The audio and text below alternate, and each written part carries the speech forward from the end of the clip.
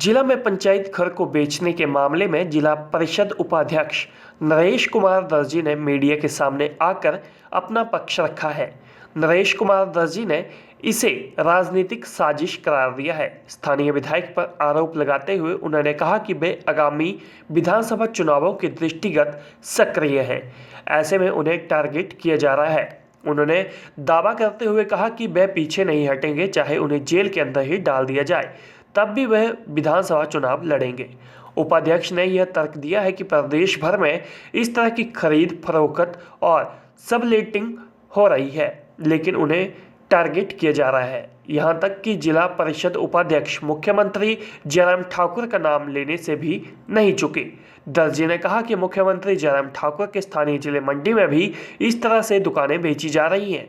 उन्होंने कब्जे को बेचा है, न कि सरकारी कागजों में किसी तरह से कोई खरीद फरोख्त की है। यहाँ पे स्थानीय नेता हैं, उन्होंने हमारे ऊपर प्रेशर डाला हुआ है और प्रेशर इसलिए डाला हुआ है कि हम आने वाले एमएलए के इलेक्शन के दावेदार हैं और ये चाहते हैं कि ये बंदा इलेक्शन ना लड़े और इसको कहीं ना कहीं से डिफाल्टर करें।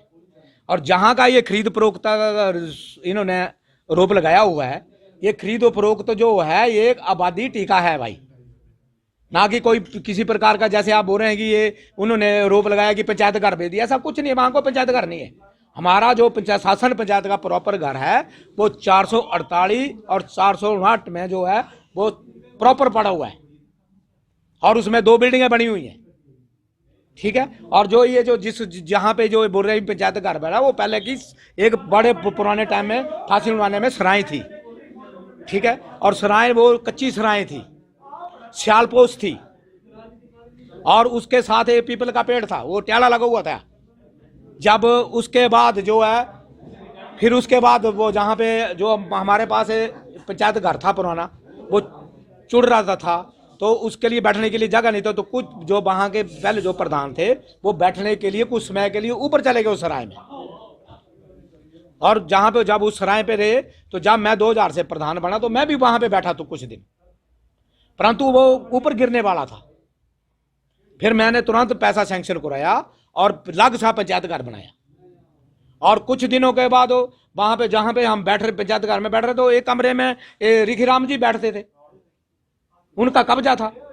और उसको मैंने पूछा भी भाई क्या बात है, बोले उसने बोले मेरा कब्जा भाई, पहले से मैं यहीं काम करता हूँ और मैं ये मेरा ये है, ये तो फिलहाल बैठ रहे हैं लोग।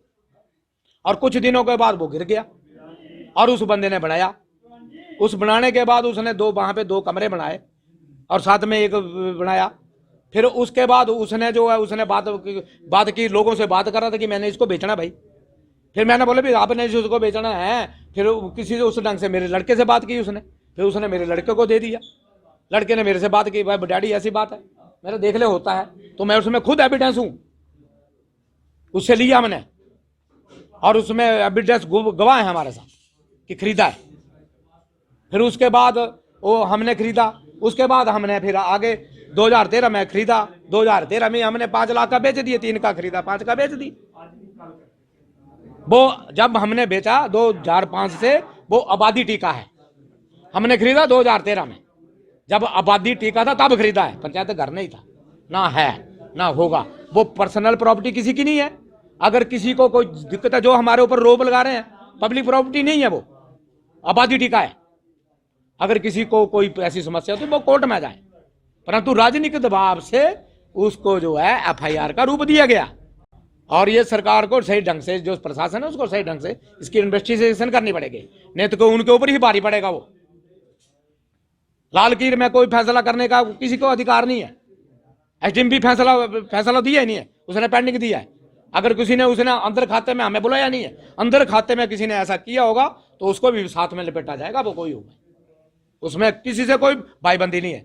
और जो ये करना चाहते हैं करें खुले दिल से, मुझे कोई दिक्कत नहीं है। अगर इसके बीच मुझे अंदर जाना पड़ेगा, मैं डरने वाला बात है आदमी नहीं हूं, मैंने कोई गलत काम नहीं किया है।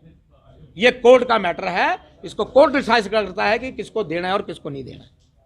और ऐसा मैंने कोई भी सरकारी दस्तावेज जो मेरे पर धाराएं लगाई हुई है, वैसा कोई छेड़खानी नहीं की मैंने। हमारा पर्सनल एग्रीमेंट है, उसको चाहे हम माने ना चाहे ना माने।